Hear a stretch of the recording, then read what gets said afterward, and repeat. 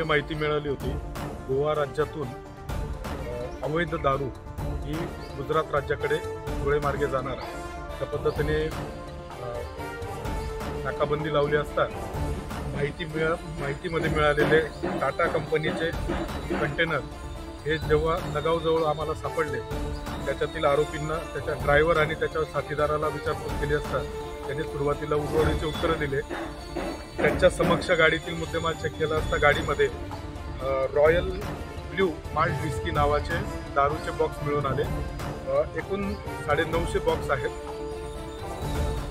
41 लाखाचा अंदाजे मुद्देमाल आहे आणि 22 लाखाचे कंटेनर, असा एकूण 63 लाखाचा मुद्देमाल आपण ताब्यात घेतलेला आहे। पुढील कारवाई पोलीस स्टेशनला गुन्हा दाखल करून त्याच्यातील तयार करणारे व विकत घेणारे त्यांच्यापर्यंत पोहोचून त्यांना गुन्ह्याच्या कामी ताब्यात घेऊन पुढील कारवाई करण्याची तजवीज केली।